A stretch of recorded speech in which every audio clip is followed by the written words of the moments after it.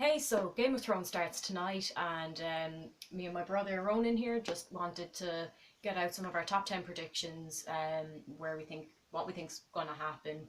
We had come up with a lot of different points and ended up speaking for about an hour in a previous attempt at a video, so we're going to try to keep this concise.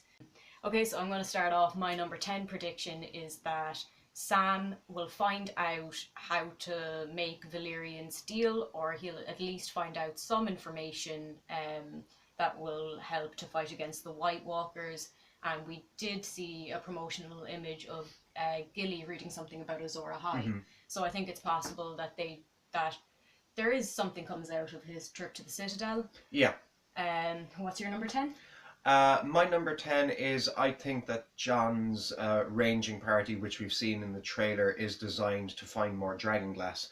Seeing as how they lost some dragonglass weapons in the massacre at Hardhome, and they're going to need to find more ways of tackling the White Walker threat. So I believe John takes this party of 12 people north in order to secure more dragonglass. My theory on that is coming a bit further on. My number 9 is that Bran's green dreams will reveal that Rhaegar and Lyanna actually fell in love, and that maybe they got married at the Isle of Faces, and there was all this stuff about a travelling septon and all this. And I think that through his green dreams, I have a feeling we're going to see how their relationship progressed and how it got from Harrenhal to Tower of Joy. My number 9 is I think Arya will finally be reunited with Nymeria, her long-lost direwolf. So Nymeria has been roaming around with a sizable pack of wolves, feasting on any Lannister or Frey that crosses their path. I think that Arya could well maybe even become the leader of this wolf pack, even like so cool. Rhys and Malcolm the Middle with his dog pack. Yes. So Arya could well be running around the Riverlands, ordering wolves to go and make lunch out of her enemies. Oh, I'm all for that. I'm all for that. And speaking of enemies, I think that Littlefinger is going to be the one to try, who first tells Jon about Rhaegar and Lyanna to try and undermine his power. And I think, Jon's not going to believe him, but then Bran or Howland Reed, who has to return, because he's the only living person left from the Tower of Joy, so I think he'll confirm it to Jon, or Bran. They can't keep him on the sidelines But forever. I definitely think Littlefinger's going to be the first to tell him, and that's what we see of that clip in the crypt. My number 8 is I think that Jon and Tyrion's previous relationship will be very, very important in sealing the alliance between Jon Snow's Northern Harlem Globetrotters versus and Daenerys' band of brothers from ranging from the Dothraki to the Tyrells. That their Jon and Tyrion's relationship was sealed in the first season of the show, and that was always and in the first book, and that was always going to come back into play, and that Daenerys might well be reluctant to engage in the Great War because she's been so focused on gaining the Iron Throne that was all that matters to her. But Tyrion's influence, knowing Jon Snow and having a bit more of a capacity to believe in the fantastical, should definitely help seal that alliance. All right, number 7.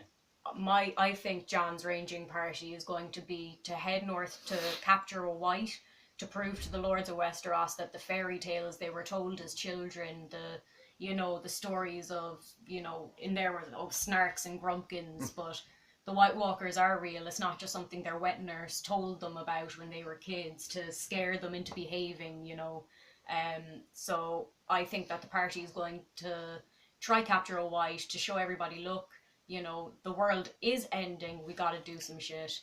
But I think it's going to mirror the last hero's journey, with all his companions dying, but instead of being saved by the children of the forest, which the last hero was, I think he's going to be saved by a dragon, and it's going to be fucking awesome. My number 7 is that Gendry will prove to be invaluable as a smith, and one of the evidence suggests that he's brought on Jon's ranging party up north because someone is seen in an overhead shot holding a warhammer as enemies advancing them, and that to me suggests that it's Gendry. But if Jon's overall mission up north is to find more dragonglass, I think Gendry is there to assess how they could best make weaponry of it. Yeah. And that his skills as a smith will be brought to bear because they'll need these weapons as quickly as possible. Yeah, and as far as we know, we haven't heard of any other smiths around in recent times that, you know, could help out in that way. So my number 6 is, I think that Sansa will get her revenge on Littlefinger once he has outlived his usefulness to her cause and the Stark's cause. I think she's, you know, once he's no longer useful, she's going to get back at him for, you know, betraying Ned, basically giving her to Westeros's finest psychopath, Ramsay Bolton, all that kind of stuff. So I think once he's no longer useful, he might become Sansa's plaything in a way, and she'll get her revenge. And I also think that his betrayal of Ned Stark will finally become widely known amongst everybody.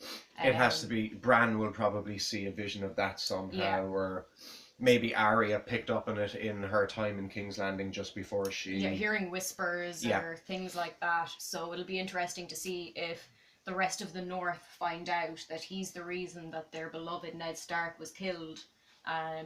That, you know, that could prove very dangerous for Littlefinger. Yeah. So that's kind of my biggest prediction for Sansa anyways, that she'll finally get revenge. My number 6 is, it's a pretty big one. I think that Clegane Bowl is finally going to happen. For at least a season or two, I was thinking it was not going to happen at all because George Martin doesn't always give you exactly what you want. But there is a very interesting shot in the second trailer of Sandor Clegane drawing his sword looks like in a sunny environment, and if you look closely at the frame, there is a Lannister soldier standing guard. Now, what I'm thinking is that this could be a trial by combat for someone. I won't say who because it ties into one of my other predictions, but I think the Hound could well be that person's champion, and we'll get to see the ultimate showdown. The greatest showdown between two of Westeros's greatest warriors. Yeah, that'd be awesome. My number 5 is that we will get a Harrenhal flashback. That we'll see that maybe Bran interfered somehow, the way he kind of like interfered with Hodor in a way that sounds awful, the way he interfered with Hodor. Anyway, there's plenty it reminds me of Tommy Tiernan. She sounded like someone being interfered with. It's in fitting with the series. It's, but yeah, so I think that maybe Bran interfered somehow because the tourney of Harrenhal did play a big role. You know, Rhaegar was like trying to hold a big meeting with all the Lords of Westeros to talk about his father, but his father found out, and all the stuff with Lyanna happened there. And I think we will find out who the Knight of the Laughing Tree is, even though I don't think it's been mentioned in the show. But in the books, we know a knight fought for Howland's honor. Yeah. So I think we're going to find out that. And my 2 main guesses are Lyanna Stark, which a lot of people think it is. Yeah. But maybe, coming back to Bran possibly interfering, maybe Bran warned Howland in a kind of Hodor way, except knowing what he was doing this time, and was able to help Howland fight those knights and, regain his honor and all that. So I think we're going to get that, and I want more flashbacks. I want all the flashbacks that we can get, and there's so many unanswered questions. Especially if there's Rhaegar and Lyanna in them, because supposedly, Lyanna started crying when she heard him playing his harp and all this. So I'd say there's a lot of evidence that they actually fell in love. Yeah. Through Harrenhal. My number 5 is that I think the Lannisters are going to invade and overthrow Highgarden.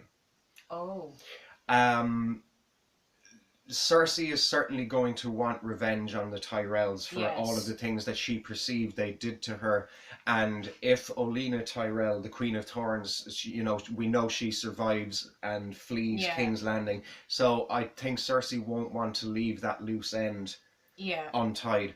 And we got evidence in the trailer of, there's a very interesting shot of Jaime walking some battlements. Yeah, And if somewhere we you haven't look seen. very closely at the bottom of the screen, there's a corpse lying there who is wearing clothes that are very, very similar to the Tyrell male. Yeah. It's a grey kind of singlet jacket, and it very much looks like something that Mace Tyrell wore a few times in the show. Oh, that beautiful man. That is such a wonderful voice. That wonderful man. Tychonosaurus was enamored with that voice so much. I'd say he fell in love. So I think that shot is Jaime walking the battlements of an overthrown Highgarden, and that there are slain Tyrell officials or soldiers there, and that they will go after Olenna Tyrell. Yeah, and we'll probably get like a few victories on Cersei's behalf before things without really a doubt, start to go to hell. it can't all go the way And of Highgarden is one of the few places that we haven't really seen, along with Casterly Rock, which we're also going to get this season. So my fourth theory is Tyrion rides a dragon, or at the very least gets kind of brought on a spin on one by Daenerys or something. It's been his lifelong dream in the books. He's talked about it at the beginning, he's talked about it in the show. He said all he wanted for his name day was a dragon, even a little one would do. So I think he's going to at least get a spin on a dragon. Yeah. But I'm also a fan of the Tyrion is a Targaryen bastard theory. But I also see the other side that people argue, that he's definitely Tywin's true son, and that's the kind of horrible irony, is that he was, really Tywin's son, but that other things kind of, affected that. But I just want to see Tyrion ride a dragon. I'd like to see, because it's something I've thought for a while as well, that, there's something different about Tyrion. There's and he certainly to seeed to have an affinity with them when he met them in the with cellar the dragons, and in the Meereen. books he has conversations about how he had dragon dreams, and he says, don't lie, Jon, you had them too, I know you did. So yeah, I just really want to see Tyrion ride a dragon. Yeah. My number 4 prediction is that I don't believe that the Three-Eyed Raven is a force for good in Westeros. I think that whilst it would appear he was training Bran, I also think that he was setting Bran up as a patsy. Yeah. That Bran going into the Three-Eyed Raven's vision, and where he got the mark from the Night King, I really think that the Three-Eyed Raven did that intentionally, because he knew that Bran had a curious, impetuous nature, and that he opened the door for Bran to go in and explore more. And I think that the Three-Eyed Raven is probably in league with the White Walkers, and that Bran crossing through the wall might not necessarily bring the wall down, but the mark could damage the magic. Which Benjen discusses, that the children of the forest infuse the wall with powerful magic, and I think that the Three-Eyed Raven intentionally set Bran up to weaken the wall. Or that he possibly has something else in mind for him. And especially when you think of the fact that he showed him things like his father as a young kid training in Winterfell. He showed him, people who he had lost and who he'll never see again, making him want to go back to these green dreams and, to keep trying. So I definitely, because everyone assumes that Bloodraven is on our side, for lack of a better term, but I don't think we've had much evidence to suggest that he actually is. Yeah, and if the Three-Eyed Crow is Brynden Bloodraven Rivers, then this is a man who, if not immortal, certainly has had a prolonged life through supernatural means, and he has been engaged in sorcery and dark practices over the years. So I think I wouldn't say it would be foolish to assume that he's on the side of humanity, but with most characters in Game of Thrones, there's a level of ambiguity there where you cannot tell things are grey, initially they're not black or white. Where the real loyalties lie, and I think that his treachery will finally be exposed in this. Yeah. Okay, so my number 3 is, I think Qyburn is going to betray Cersei. I think he's been trying to kind of gain her trust, and he will attack from the inside when the time is right. Now that Daenerys is coming back, she's bringing dragons, magic is back in the world. I think he's going to betray Cersei, overthrow her from the inside, and welcome in Daenerys, the dragons, and the Age of Magic again, because we know that he's a big proponent of magic. I think maybe he's working with Marwyn the Mage, who we were. It's hinted that we'll be getting him this year. That guy from Harry Potter, I can't remember. Jim Broadbent. Jim Broadbent, and it's thought that he might be playing Marwyn the Mage. So I definitely think that because we don't know Qyburn's intentions. He just showed up in Harrenhal in the show. You know, there's been all these hints that, you know, maybe he's working for somebody else, and he seems to have links to various mercenary groups, and could well be a plant of Doran Martell. He could be, and I think that links in with Marwyn as well, because I'm pretty sure Marwyn has been linked with one of the Sand Snakes who went to the Citadel. All this kind of stuff. So I don't think he's 100% on Cersei's side. I think he wants to see magic and all of these things return to the world, and who better than the Mother of Dragons, who has used magic and has survived flames and all this. So I think he might actually be secretly working for Dany without her knowing, and I think that could be revealed this season. My number 3 prediction ties into that and is something similar. I believe that Bronn is going to betray Jaime.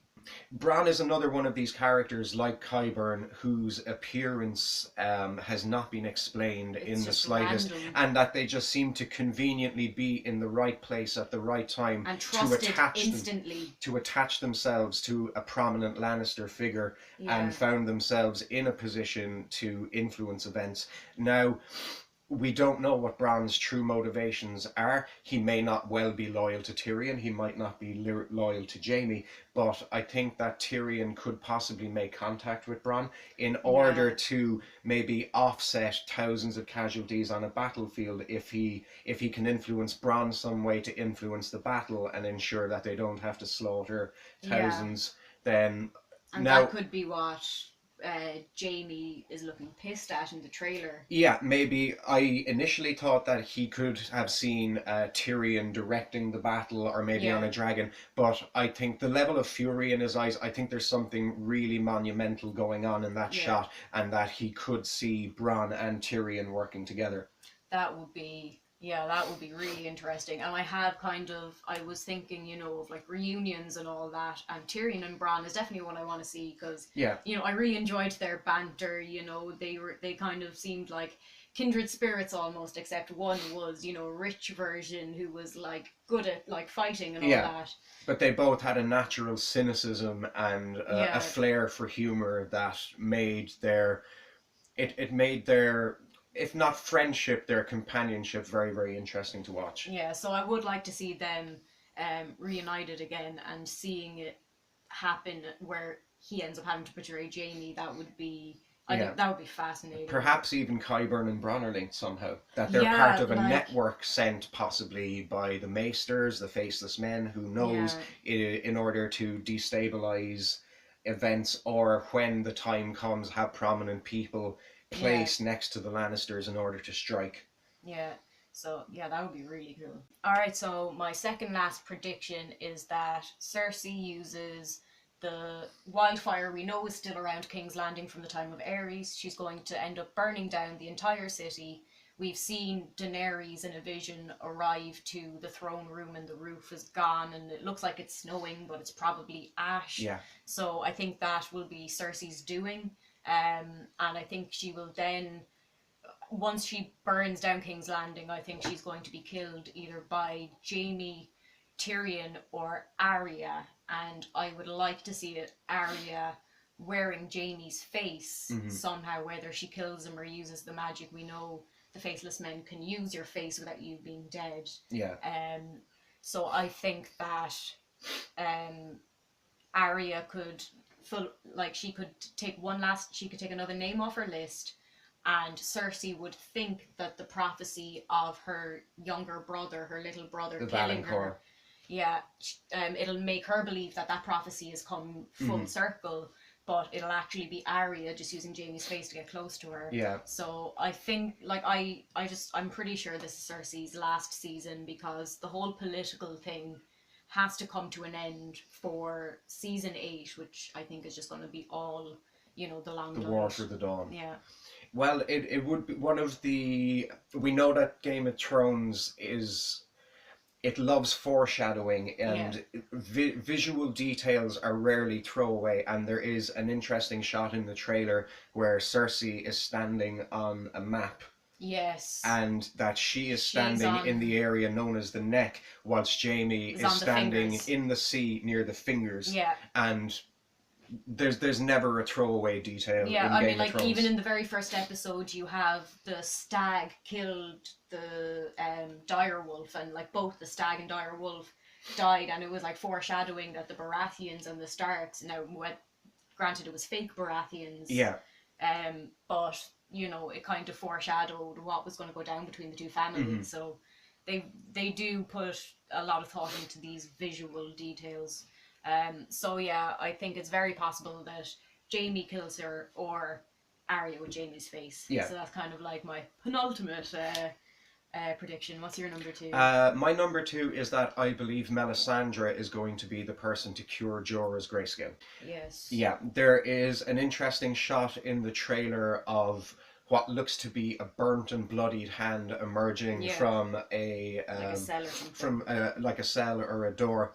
And this ties into, in the books, Victarion Greyjoy is a brother of Euron's and Balon's who hasn't been brought into the TV show, but his story has largely been given to Theon and Yara. But in the books, Victarion suffers a really bad infection in his arm, and they pick up a red priest known as Makoro, who uses magic to cure Victarion's hand, and whilst it is cured in a way, it remains functioning. It's charred and blackened, and it looks disgusting. But it doesn't spread. But it doesn't spread. He stymies the infection, it's as kind of Qyburn like would say. With Shireen, like, she was cured of her grayscale, but she still has it on her face. And so they stymied it, and I think that they have a habit of transplanting stories from the book into the show, but giving them to different characters. And I think Melisandre will be the one to cure Jorah's grayscale through her red magic somehow. Yeah, and I know, like, there has been talk of, possibly Quaithe coming back in, and there was theories that maybe Quaithe wears that mask because she herself had grayscale and that she cured it. So, like, there's already kind of some theories out there that think it could be possible, and we've seen weirder stuff happen. Yes, we have. We've seen, like, shadow babies and, like, whatever the hell, however old Melisandre truly is, we saw that body. So yeah, that is really possible. And like part of me, wants to see Jorah at least get some tiny little bit of a happy ending. Like, he's not obviously not going to get with Daenerys or anything, which is like his dream. But I just, at least want him to live long enough to prove himself a bit. Yeah. Someone was talking about how awesome it would be to see Jorah, Lyanna Mormont meeting. Her being her, like, kind of sassy little self and giving him orders, and him just being, like, really impressed by this awesome little girl who, like, maybe reminds him of, like, Dany in a way. My last kind of big prediction is one that a lot of people have. The very last scene of season 7 will be the wall coming down, and maybe our northern fighters on one side and the White Walkers on the other, and the northerners looking just completely shocked, not knowing that the wall could even come down, and that it just then sets up season 8 as the War for the Dawn, the long night, all the political bullshit is done. The Game of Thrones is done. The throne itself, it doesn't matter whose skeleton sits upon the Iron Throne. like Davos said. So yeah, I think that, like, we're going to wrap up all the political stuff, and the wall coming down and literally Northmen facing off against the White Walkers is going to be the last scene, and that'll set us up for next season. So yeah, I'm kind of hoping kind of hoping for that now. I've got my hopes up a little bit, but I think that would be cool. So my final prediction is that Euron Greyjoy is going to defeat the fleet of Theon, Yara, and Ilaria Sand. We've seen shots in the trailer of Theon staggering out of a boat and what appears to be Euron behind him. So that would suggest that Theon is in Euron's captivity. There is also there are shots in the trailer as well of Yara Greyjoy leaping into battle on a ship and what appears to be Euron underneath her, so they might be in direct confrontation. We do see Yara and Ilaria Sand kiss in the trailer, and knowing how Ilaria killed Myrcella, it could well be a suicide pact. But another thing which leads me to believe that they're going to defeat the Theon, Yara, Ilaria alliance is that there's a promotional video where you see Lena Headey and Indira Varma in I think it's a video about costume design, and Cersei is in the shot, but if you look closely on the right hand side, Ilaria Sand is in chains in captivity. And there is also the interesting shot in the trailer of the Gold Cloaks walking through the city being cheered by the population, possibly bringing prisoners. And I think those prisoners could well be Yara Greyjoy and Ilaria Sand, or... Yeah, and like, it's not likely that Daenerys is going to sweep through the entire kingdom. Yeah, she's always going to have one. Like, she's not going to win the battle, you know, she's not going to win battles on land and what. She's not going to win all of them. So I do think, like, the biggest defeat that she will have will be Euron winning the sea battle and, like, basically the Greyjoys, the rest of the Greyjoys kind of being taken down and stuff. There are one or two theories that I kind of like going into this. One, I don't know whose theory it was, but I heard it from Jenk on What the Flick, that one of the dragons will die up north and be resurrected as like a dragon wight and will join the army of the dead, which would just be, like, it would be awful for the people who we are rooting for in a way, but it would just be the fucking coolest thing I've ever seen. I think it would be cool. Again, I think it would be naive to think that the three dragons are going to come through this unscathed. Yeah, I mean, like, the three dragons survived Aegon's conquest, but since Aegon's conquest, regular people have killed dragons. Like, they killed off all the dragons, you know, so there is now information out there on how to kill them. So there's also the theory that Dragonbinder is going to come into the show, that Euron may successfully use Dragonbinder, even briefly, or at least attempt to. That's, like, I just want to see all the cool things with the dragons. I want to see Tyrion ride them. I want to see Bran warg one. I want to see one resurrected, and I want to see one stolen. There's not enough dragons, I know that, but just give me everything I want, goddammit. Other than that, there's my own kind of, well, not my own theory, but something that I noticed when, you know, Bran has his visions last year.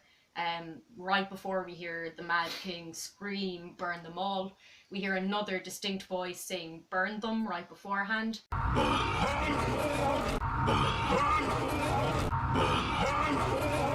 So I like the theory that maybe Bloodraven's Hodor mistake was the Mad King, and that he ended up making him scream, "Burn them all, burn them all, burn them all." The voice certainly had a lilt of Max von Sydow's voice about it.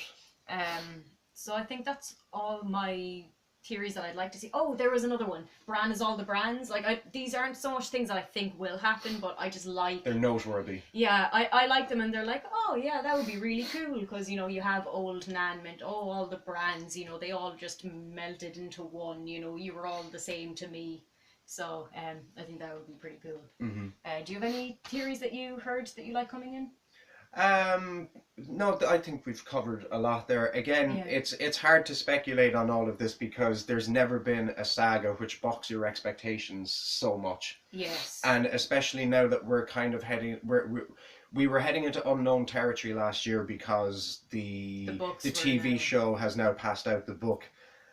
So we don't really have a huge amount to go on other than what we've seen in the trailers Yeah. and things that have possibly been foreshadowed in the past. Yeah, and like it's with Game of Thrones, there are things that you wouldn't even have noticed were foreshadowing until you go back and you're like, holy shit, that was goddamn foreshadowing. Like when I first heard about R plus L equals J, the theory, and you know, I was watching through the series and like there was just this moment with you know, Aemon talking about how Daenerys is the last dragon, and then just suddenly Jon walks in to the room, and I was just like, oh my god, they're just slapping us in the face with it, and I didn't know. Um, so yeah, I'm really, really, really excited for tomorrow. You get to watch it tonight, but I need to have the actual sunlight in the morning to do my reaction. So I'm looking forward to it. Looking forward to talking with you in the comments about it and just discussing this whole season as it comes up. And maybe if Ronan has a Monday morning off someday, he can do one I of the can reactions. join in for the reactions, yeah. Problem is you have to like adult and shit and go to work, so but we'll try get him in for a reaction, and if not, maybe even like episode reviews or something. Breakdowns and stuff, yeah. Because he's good at reviewing and stuff.